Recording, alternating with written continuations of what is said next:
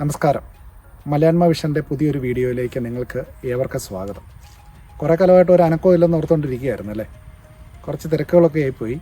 ഇനി റെഗുലറായിട്ടുള്ള വീഡിയോ ഇടാമെന്നാണ് വിചാരിക്കുന്നത്. അപ്പോൾ നമ്മൾ ഇന്ന് പോകുന്നത് മട്ടാഞ്ചേരിയിലെ പ്രശസ്തമായ ജൈന ക്ഷേത്രത്തിലേക്കാണ്. ജൈനര് രണ്ട് തരത്തിലാണുള്ളത്: ശ്വേതാംബരർ, ദിഗംബരർ. ദിഗംബരർ എന്ന് പറഞ്ഞാൽ ആകാശത്തെ വസ്ത്രമാക്കിയവർ, ശ്വേതാംബരർ വെളുത്ത വസ്ത്രം ധരിക്കുന്നവർ. കേരളത്തിൽ കൂടുതലായിട്ടുള്ളത് ദിഗംബരരുടെ ക്ഷേത്രങ്ങളാണ്, അല്ലെങ്കിൽ ദിഗംബരരാണ്. പക്ഷെ മട്ടാഞ്ചേരിയിൽ നമ്മൾ കാണാൻ പോകുന്നത് വളരെ പ്രശസ്തമായ ശ്വേതാംബര ക്ഷേത്രമാണ്.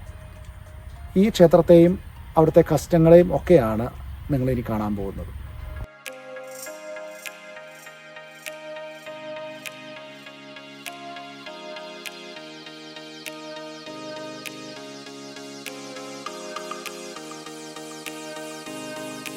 ഇന്ത്യയിൽ സ്ഥാപിക്കപ്പെട്ട അതിപുരാതന മതങ്ങളിലൊന്നാണ് ജൈനമതം. പൂർണ്ണമായും ഇന്ത്യയിൽ തന്നെയാണ് ജൈനമതത്തിൻ്റെ അസ്തിത്വം ഉള്ളത്. ജൈനമതത്തിൽ വഴികാട്ടികളായിട്ടുള്ളവരെ തീർത്ഥങ്കരന്മാർ എന്നാണ് വിളിക്കുക. ഈ കാലഘട്ടത്തിൽ 24 തീർത്ഥങ്കരന്മാർ ആണ് ഉള്ളത്. 24ാമത്തെ തീർത്ഥങ്കരനാണ് വർത്തമാന മഹാവീരൻ. വർത്തമാന മഹാവീരൻ്റെ കാലശേഷം BC 310 പാടലീപുത്രത്ത്, അതായത് ഇന്നത്തെ പാറ്റ്ന, അവിടെ നടന്ന ഒന്നാം ജൈനമത സമ്മേളനത്തെ തുടർന്നാണ് 2 സെക്റ്റുകളായിട്ട് ജൈനമതം പിരിയുന്നത്. ശ്വേതാംബരർ, ദിഗംബരർ എന്നാണ് ഈ സെക്റ്റുകൾ അറിയപ്പെടുന്നത്. ശ്വേതാംബരർ വെളുത്ത വസ്ത്രം ധരിക്കുന്നവരും ദിഗംബരർ വസ്ത്രം ധരിക്കാത്തവരുമാണ്. ആകാശത്തെ വസ്ത്രമാക്കുക എന്നാണ് ദിഗംബരർ എന്ന പദം കൊണ്ട് അർത്ഥമാക്കുക. കേരളത്തിൽ 2 തരത്തിലുള്ള വിഭാഗങ്ങളെ കാണാം. അതിൽ കൂടുതലായിട്ടുമുള്ളത് ദിഗംബര ക്ഷേത്രങ്ങളാണ്, അല്ലെങ്കിൽ ദിഗംബര വിഭാഗങ്ങളാണ്. എന്നാൽ ദിഗംബരർ ആണെങ്കിലും അവർ ഇപ്പോഴും വസ്ത്രം ഉപയോഗിക്കുന്ന വിഭാഗത്തിലുള്ളവരുമാണ്. പൊതുവെ വ്യാപാരികളായിരിക്കുന്ന ജൈനമതക്കാർ കേരളത്തിൽ കച്ചവടത്തിനായിട്ട് വളരെ പുരാതന കാലഘട്ടം മുതലേ വന്നിരിക്കുന്നതിൻ്റെ രേഖകൾ നമുക്ക് കാണാം. വാസ്കോഡി ഗാമയെ ഇന്ത്യയിലേക്ക് ആകർഷിച്ചതുപോലും ഒരു ജൈനമത വ്യാപാരിയാണെന്നാണ് പറയപ്പെടുന്നത്. കൊച്ചിയിൽ സൗരാഷ്ട്ര കച്ച് പ്രദേശത്തു നിന്ന് വന്ന ആളുകൾ ഇവിടെ വരികയും ക്രമേണ ഇവിടെ ജൈനമത വിശ്വാസത്തിനായിട്ട്, അവരുടെ ആരാധനയ്ക്കായിട്ട് ക്ഷേത്രം സ്ഥാപിക്കുകയും ചെയ്തു. മട്ടാഞ്ചേരിയിൽ സ്ഥാപിക്കപ്പെട്ടിരിക്കുന്ന ക്ഷേത്രം ഇപ്രകാരത്തിലുള്ളതാണ്. തീർത്ഥങ്കരന്മാരായിട്ടുള്ള ധർമ്മനാഥ, ചന്ദ്രപ്രഭ എന്നിവരുടെ പേരിലാണ് ഈ ക്ഷേത്രം ഉള്ളത്. ഈ ക്ഷേത്രം ഇപ്പോൾ നടത്തുന്നത് കൊച്ചിൻ ശ്വേതാംബരർ മൂർത്തി പൂജക് ജൈൻ സംഘാണ്. എന്നാൽ നമ്മൾ ചരിത്രം നോക്കുമ്പോൾ നമുക്കറിയാം, 1904 ഹിരുഭായ് ജീവറജ് തൻജി എന്ന സ്ത്രീയാണ് അവരുടെ ഭർത്താവായ ജീവരാജ് തൻജിയുടെ സ്മരണാർത്ഥം ഈ ജൈനക്ഷേത്രം സ്ഥാപിക്കുന്നത്. കൊച്ചിയിലെ ഈ ജൈനക്ഷേത്രം ഇന്ത്യയിലെ പ്രധാനപ്പെട്ട ജൈന തീർത്ഥ കേന്ദ്രങ്ങളിലൊന്നാണ്. വെള്ള മാർബിൾ കൊണ്ടാണ് ജൈന ക്ഷേത്രം നിർമ്മിച്ചിരിക്കുന്നത്. എല്ലാ ജൈനക്ഷേത്രങ്ങളും നോക്കിക്കഴിഞ്ഞാൽ നമുക്ക് കാണാം, മാർബിൾ കൊണ്ടും അല്ലെങ്കിൽ വിലയേറിയ വസ്തുക്കൾ കൊണ്ടുമാണ് ജൈനക്ഷേത്രത്തിൻ്റെ നിർമ്മാണം നടത്തിയിരിക്കുക. കൊച്ചിയിൽ തന്നെ പല ജൈനക്ഷേത്രങ്ങളുണ്ട്.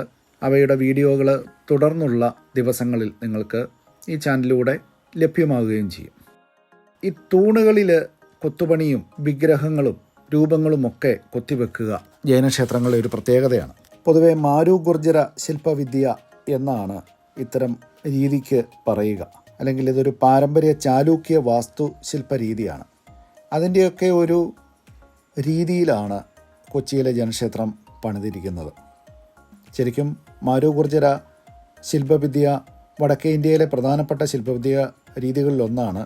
നമുക്കറിയാവുന്ന പോലെ പല സൂര്യക്ഷേത്രങ്ങളും അതുപോലെ തന്നെ രണക്പൂർ ജൈനക്ഷേത്രവുമൊക്കെ ഈ മാരു ഗുർജര രൂപത്തിൽ നിർമ്മിച്ചിരിക്കുന്നതാണ്.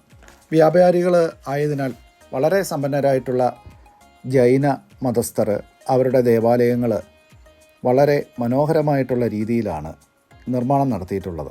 ഇവിടുത്തെ ഏറ്റവും വലിയ പ്രത്യേകതകളിലൊന്നാണ് പ്രാവുകൾക്ക് കൃത്യ സമയത്ത്, അല്ലെങ്കിൽ ഒരു പ്രത്യേക സമയത്ത് നൽകുന്ന ഭക്ഷണം കൊടുക്കൽ രീതി. നമുക്കിവിടെ ഇത് കാണാം. അത് ദിവസത്തിൽ പല നേരം ഈ ഒരു രീതിയിൽ ഭക്ഷണം കൊടുക്കുന്നത് നമുക്ക് കാണാൻ സാധിക്കും. വളരെ മനോഹരമായിട്ട് നിർമ്മിച്ചിരിക്കുന്ന ഈ ക്ഷേത്രം കാണാൻ മട്ടാഞ്ചേരിയിൽ വരിക. മട്ടാഞ്ചേരിയിൽ നിന്നും നമുക്ക് ഈ ക്ഷേത്രത്തിലേക്കുള്ള ദിശാസൂചകങ്ങൾ വളരെ എളുപ്പത്തിൽ കണ്ടെത്താൻ പറ്റും. അതുപോലെ തന്നെ നമ്മളുടെ വീഡിയോയ്ക്ക് കൊടുത്തിരിക്കുന്ന ഡിസ്ക്രിപ്ഷനിലും ഇതിൻ്റെ ലൊക്കേഷൻ കൃത്യമായിട്ട് നൽകിയിട്ടുണ്ട്. ക്ഷേത്രത്തിൽ നൽകിയിരിക്കുന്ന ശില്പം 15ാമത്തെ തീർത്ഥങ്കരനായ ധർമ്മനാഥയുടെയാണ്. മുമ്പ് സൂചിപ്പിച്ച പോലെ ഗുജറാത്തിലെ ജൈന ക്ഷേത്രങ്ങളുടെ നിർമ്മാണ രീതിയാണ് ഈ ക്ഷേത്രത്തിന് സ്വീകരിച്ചിട്ടുള്ളത്.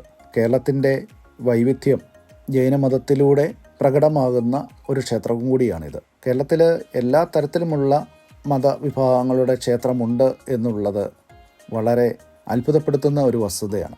കോഴിക്കോടുള്ള പാഴ്സി ക്ഷേത്രം മുതൽ കേരളത്തിൽ അങ്ങോളം ഇങ്ങോളമുള്ള നിരവധി ജൈനക്ഷേത്രങ്ങൾ, അതിൽ തന്നെ ശ്വേതാംബരുടെയും ദിഗംബരുടെയുമായിട്ടുള്ള ക്ഷേത്രങ്ങൾ, ഇതെല്ലാം കേരളത്തിൻ്റെ മാത്രം പ്രത്യേകതയാണ്.